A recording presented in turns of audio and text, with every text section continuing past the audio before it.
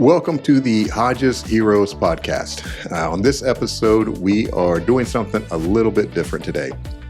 Normally, we have a topic and we kind of talk about it and rehearse it and understand what we're going to say. But today I asked Janan a question, and that question was, what was the most difficult aspect of special needs parenting?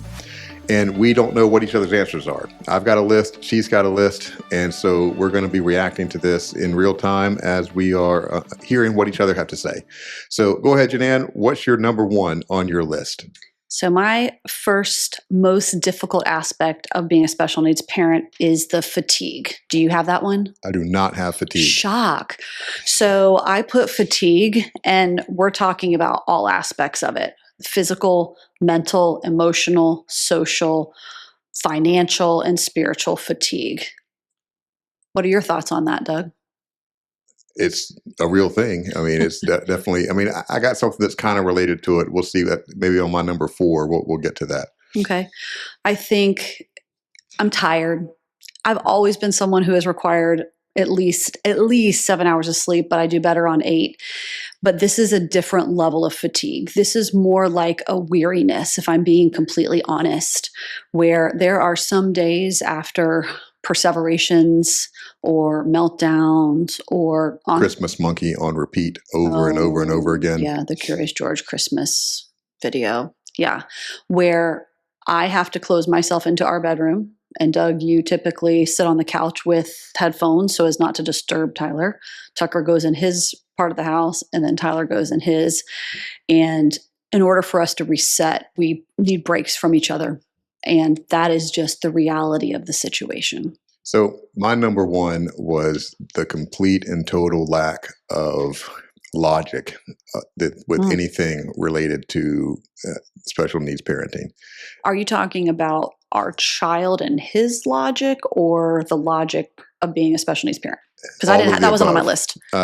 Like the things of, there were things that will set him off, and as much as we try to understand and predict what those things are, sometimes they just make absolutely no sense to us. Fair. And there's just no way of knowing when it's going to happen, no way of knowing when it's going to come, no way of knowing what's going to make it better, no way of knowing what's going to make it worse. For example, kids talking in a restaurant is bad. Same kids talking at a theme park, not a problem. Everything's good with that. Right. But the part of that is kids can be talking, but older kids are okay. But if it's like in that 2 to 4, 8 or whatever range, that's a problem. It is. And we work really hard to try to understand him as best as we can. And I do believe on some level there is a logic to what he has to say and how he interacts with the world. It just does not follow any type of linear path in any way, shape, or form. It's like a upside down, inside out helix with, colors and shapes and everything. There's just no understanding it.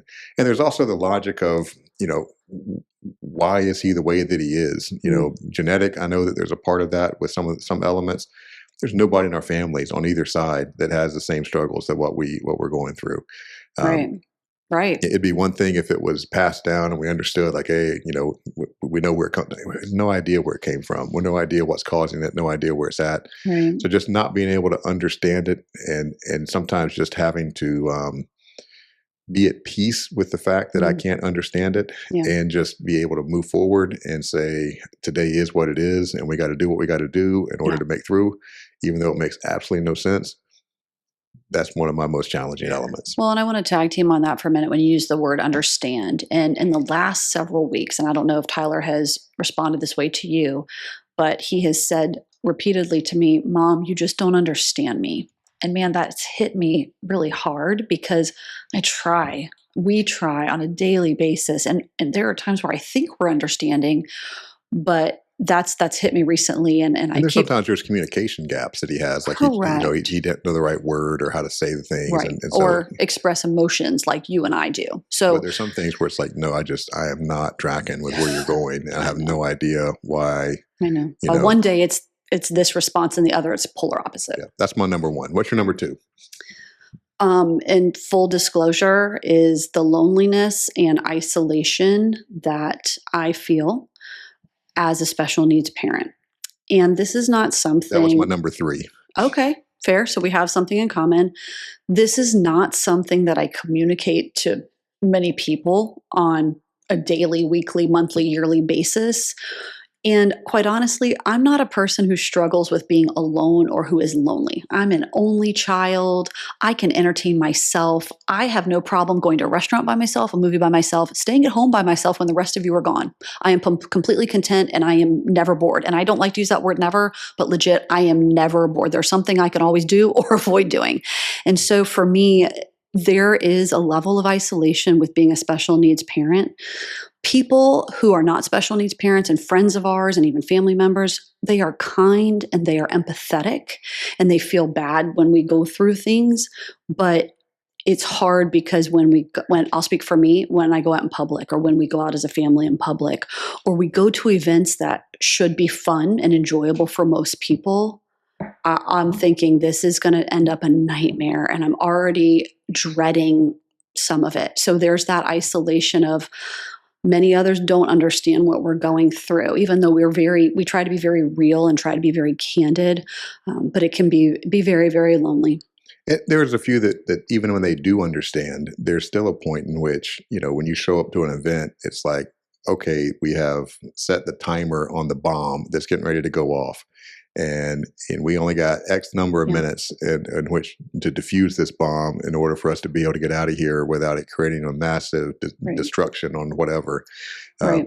There are things that even when we go through, we do things just that we don't even, it's hard to describe to people because there's never a venue that we enter that we don't understand where the exits are.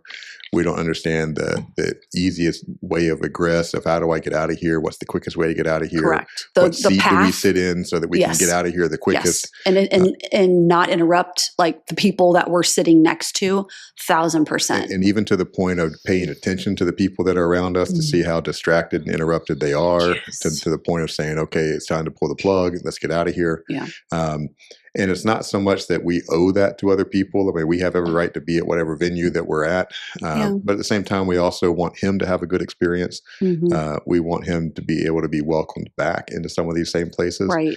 I want to be welcomed back and included in a party or a wedding or and an that activity. becomes a little bit more isolating when you have to wind up leaving in the middle of the reception, or we have to, tag team and switch off, where one comes, the other goes, and we meet in the parking lot kind of stuff. And I will say that's very, very challenging. And that has gotten, for me, more difficult in the last few years because, Doug, I love you and I enjoy spending time with you.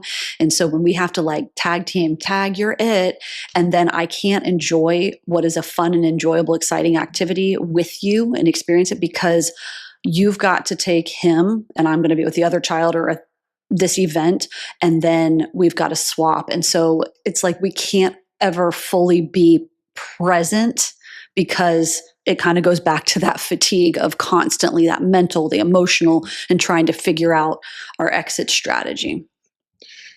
My number 2 I put was financial pressures.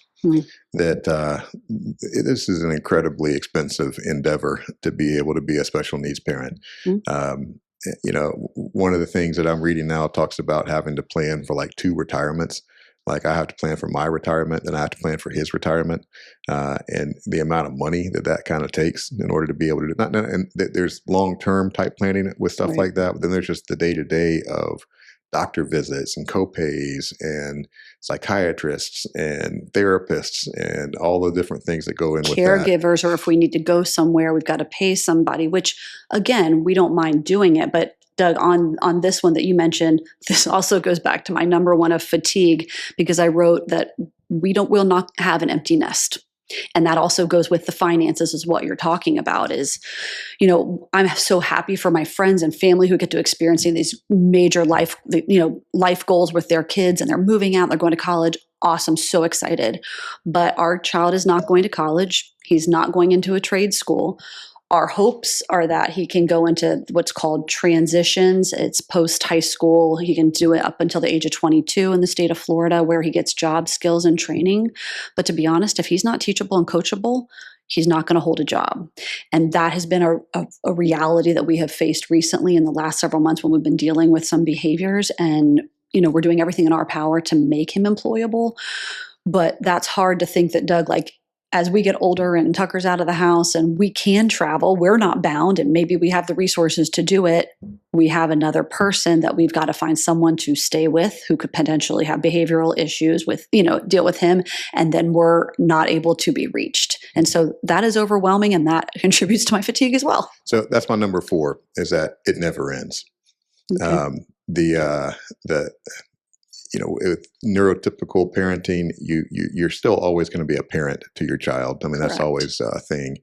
But you have different stages. You graduate to a different level. When as they gain more autonomy and agency, they're able to step out and do life on their own, and you're not as required for day-to-day type of Right. supervision. But what we are finding is sometimes as he gets older, the day-to-day responsibilities are almost more because he has more resources available to him where he can get into more things that he probably shouldn't be getting into. Right. And there's almost a level of hypervigilance on my part of Right. just constantly trying to monitor every single thing that's going on in his life where he can just go, he can just walk away. He can get off the bus and turn left instead of right. And, and while, we got things that we can do to help track and follow and that kind of stuff, it's just not going to end. Right. And I think what you're saying is the consequences are greater, right? It's one thing when he was 8 and pitching a fit in the middle of Walmart or Target or at a birthday party. It's a lot different when he's 19 and he's 5'11 and a half. And although we have are his guardian advocates, right, for legal things, he's out in public. And if he gets in somebody's business, who knows what's going to happen. It's a lot, man. So those are my 4. I had one more, but I think I kind of already touched on it. My third one was that I feel like we are bound and limited on where we can go, what we can do, even sometimes with travel. Relationship. I mean, that's, spending time together is something that, as a marriage therapist, that I always encourage couples to take a date night and do things. Not only is it challenging for us to go find the time and to do that where, he has to be in a good enough spot. We can only go for so long. We can only, but then there's also the nag of getting a car crash while we're out and the two of us, something happens to it. Like he's screwed, it's really bad at that point. So, there's just it can be a challenge. So, not to end totally on the Debbie Downer on the first episode of the new year. Do you have a day? I have one that I have always kind of clung to where things were just really good for that one day. I will be honest with you. I don't necessarily have a certain day that was like, oh, that was our best day ever. We have moments, but I will say kind of in a generic sense, I have often said to people over the course of his life, like I have never met a human being in my life that I have gotten the most angry with, if to be perfectly blunt, but also he shows me the most affection of anyone on the planet. Like we can be going at it, right? But then it's like, I love you, Mom. Let me give you a hug and a kiss. And like, sometimes I think he does that just to tick you off. Well, he might, but I'm going to spin it my way. But I think like he does show me the most affection. He does tell me he loves me the most of anybody on the planet. And so I think that is my perspective. So there was one day that he was like 5 or 6, and we were down at your parents' house, and we were going to go to like Miami as a family, and everybody got sick. Like Janan was sick, Tucker got sick. I mean, like couldn't get out of bed, couldn't get away from the bathroom. And we were visiting my parents. And I just said, look, I'm not sick. He's not sick. But we're getting out of here before we get sick. We'll just go. It was like a holiday. It was a break. And Janan was like, you shouldn't tell. Like, no, whatever. I'm just going to go. Just going to do it.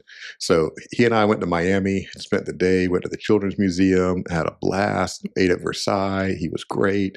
And then I even pushed it and went down to Bayfront and went to the whole Star Island boat tour. Is it Bayfront or Bayside? Whatever it is. One of the bays. He went on the boat, saw all the dancing with little. It was the party boat. You went on a party boat. Dancing party boat. He had a blast. Came back and it was like the best day of my life. Like he was good. Everything was great. It was like so good. Like the next week, like let's go back to Miami. Like that maybe there's the magic cure somehow in Miami, and it was terrible. Like the next time we went back, I think a year or two later. Sorry, we We live here. Everybody lives here, for the background. But I remember we took our whole family, the four of us, I think the next year or 2 years later, because Doug, you had raved all about how it was the best day, best behavior, and it was an absolute train wreck. It was miserable, and it did not happen again. What I learned is that when you have the good days, you celebrate them, Yeah. and it's easy for me to get into a spot where it's like, oh, this is a good day, but it's gonna be terrible tomorrow, you know. Yeah. But I've had to really kind of stop myself and just say, hey, it's a good day today. Let's enjoy what we got today, and let's make the most of it, because we might not get it for a long time. Well, and I think too, on those days, I know for me, sometimes we take a bunch of pictures, but maybe I print those. Like, that sounds kind of old school, but I print it and I put it up so it gives me like a visual reminder of a good time. All right. So that's the episode for today. Thanks for tuning in, and we will see you next time. All right. Bye.